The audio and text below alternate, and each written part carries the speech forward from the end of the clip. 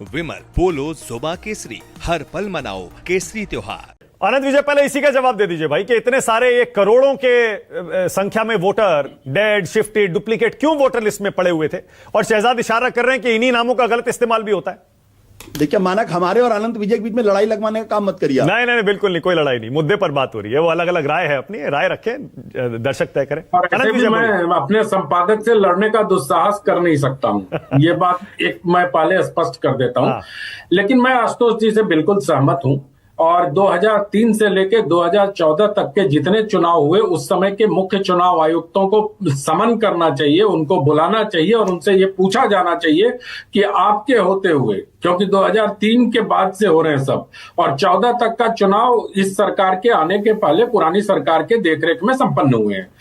तो मुझे लगता है कि आशुतोष जी बिल्कुल ठीक कह रहे हैं। जितने चुनाव आयुक्त और जितने मुख्य चुनाव आयुक्त थे, नवीन चावला, एसवाई कुरैशी और जो सरदार जी जो बाद में मंत्री भी बन गए थे यूपीए सरकार में, इन सबको बुलाना चाहिए, इनको समन करना चाहिए अगर जीवित हैं, और उनको नोटिस भेजना चाहिए और उनको पूछताछ कड़ाई से करना चाहिए कि आप अपनी जिम्मेदारी के निर्वहन में फेल हुए, आप इतने काबिल थे और इस काबिलियत के कारण ही आपको मंत्री बनाया गया, बावजूद इसके आपने अपने मूल जिम्मेदारी का निर्वहन नहीं किया।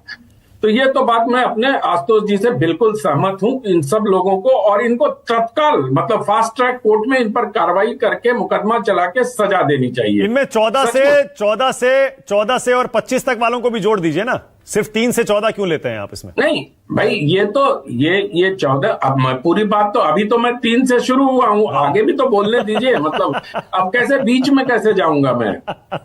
14 के बाद जो चुनाव हुए उत्तर प्रदेश में, या उत्तर प्रदेश में जो लोग या अन्य राज्यों में, या जो केंद्र सरकार के चुनाव हुए, उसके उन लोगों को भी बुलाना चाहिए। उनको एकदम सुप्रीम कोर्ट में एक याचिका, विपक्ष को या तमाम जो बुद्धिजीवी लोग हैं उनको कम से कम संगठित होकर सुप्रीम कोर्ट में ये प्ली देना चाहिए।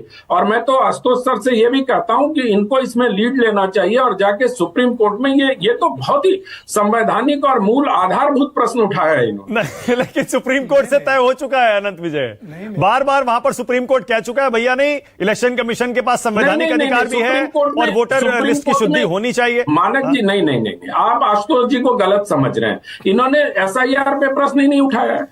इन्होंने तो एक आधारभूत प्रश्न उठाया है कि जो जिम्मेदारी थी, जो संवैधानिक जिम्मेदारी थी, उसके तहत उन्होंने अपना काम ठीक से नहीं किया है। मुझे लगता है कि इस पर सुप्रीम कोर्ट जाना चाहिए लोगों को, और या कम से कम एक अपील तो जारी होनी चाहिए बुद्धिजीवियों की तरफ से भाई, लेकिन एक सेकंड, आशुतोष जो कह रहे हैं वो ये कह रहे हैं समरी रिवीजन किस लिए कर रहे हैं फिर आप? अगर ये करोड़ों की संख्या में डेड, शिफ्टेड, डुप्लीकेट एंट्रीज जमा हो रही हैं वोटर लिस्ट में, समरी रिवीजन का क्या मतलब है? मैं तो उनको सेकंड कर रहा हूं सर। समरी रिवीजन का कोई मतलब ही नहीं है अगर 2.89 करोड़ बोगस वोटर्स उसमें है मतदाता सूची में। लेकिन एक बात और मैं मानक जी ये कहना चाहता हूं कि चुनाव आयोग से ये अपेक्षा करना कि वो एक सूची बना के दे देगा कि भाई चुनाव आयोग बांग्लादेशियों की सूची नहीं बनाता, चुनाव आयोग संदिग्ध लोगों की सूची बनाता है जिनके नाम काटता है, और जिनके नाम चुनाव आयोग ने बिहार में काटे हैं उनके नाम चुनाव आयोग ने होम मिनिस्ट्री को फॉरवर्ड कर दिए हैं। अभी बात सप्पल साहब की हो रही थी, सप्पल साहब और सीईओ उत्तर प्रदेश के बीच में बड़ा दिलचस्प संवाद एक्स पे चल रहा है। वो कह रहे हैं कि हम ये क्या करते हैं, डिक्लेरेशन क्यों दें? अभी जो उनका नया जवाब आया वो उन्होंने सीईओ को कहा ये नया जवाब क्यों दें। मैं आपको एक केस बताता हूं। भारतीय जनता पार्टी के एक नेता अनिर्बान गांगुली जी, अनिर्बान गांगुली जाधवपुर से लोकसभा चुनाव लड़े, उनका नाम कट गया बंगाल में सर। उनको यह बताया गया है, उसके पहले वो विधानसभा का भी चुनाव लड़े, उनका नाम वोटर लिस्ट में भी था जादवपुर के, उनका नाम कट गया। उनको नोटिस इशू हुआ चुनाव की तरफ से कि 2003 में इस विधानसभा चुनाव में आपके पिताजी का वोटर नहीं थे, इस कारण से आपको आकर स्थिति स्पष्ट करनी पड़ेगी। तो ये सिर्फ कांग्रेस के सप्पल साहब का ही मामला नहीं है, वो भी भारतीय जनता पार्टी कार्य समिति के सदस्य हैं, उनका भी नाम कटा है, उनको भी नोटिस जारी हुआ है। तो मुझे नहीं लगता कि इसमें किसी तरह की कोई पार्टी पॉलिटिक्स हो रही है, लेकिन नेताओं का काम है और राजनीतिक दलों से संबद्ध जो प्रवक्ता हैं उनका भी काम है प्रश्न उठाना, और उनको प्रश्न उठाना ही चाहिए। लेकिन मुझे लगता है कि अगर अतीत में कोई गलती हुई है तो उन गलतियों के जिम्मेदार को फांसी पे लटकाना चाहिए। आनंद भाई, एक सेकंड रुकिएगा, एक सेकंड। आगे वाली गलती, आगे गलती ना हो, इस पर भी तो काम होना चाहिए। घुसपैठियों वाला जवाब आपने बहुत छोटा सा दिया, मैं चाह रहा हूं उस पर थोड़ा और बोलिएगा, क्योंकि अभी सुरेंद्र राजपूत भी, सुनिए ना एक मिनट, वैसा बात तो सुनिए। सुरेंद्र राजपूत भी यही कह रहे थे भैया कि ये घुसपैठिए कहां हैं जो करोड़ों करोड़ों घुसपैठिए हिंदुस्तान में बसाने का आरोप लगा रहे थे आप कांग्रेस की और पिछली सरकारों पर। आपने कहा भाई जो सस्पेक्टेड है उनकी लिस्ट होम मिनिस्ट्री को इलेक्शन कमीशन ने दे दी है। हमारे लिहाज से जो सस्पेक्टेड थे वो तो बिहार में निकले 3-4 लाख, और यूपी में अभी 1,15,00,000 के आसपास हैं जिनकी मैपिंग शायद नहीं हो पाई है, और वेस्ट बंगाल में भी अच्छे खासे हैं। क्या आप ये इशारा कर रहे हैं कि घुसपैठिए जो भी देश में होंगे वो इन्हीं सस्पेक्टेड या जिनकी मैपिंग नहीं हो पा रही है इन्हीं लिस्ट में आ जाएंगे? आनंद विजय, देखिए, प्रधानमंत्री के जिस बयान का हवाला आशुतोष जी ने असम के बयान का हवाला दिया है, तो और 25 दिसंबर 2025 के जिस बयान का हवाला दिया है वो असम के डेमोग्राफी पर दिया गया उनका बयान है। मैंने वो बयान पढ़ा क्योंकि मैंने कल भी इनको सुना था।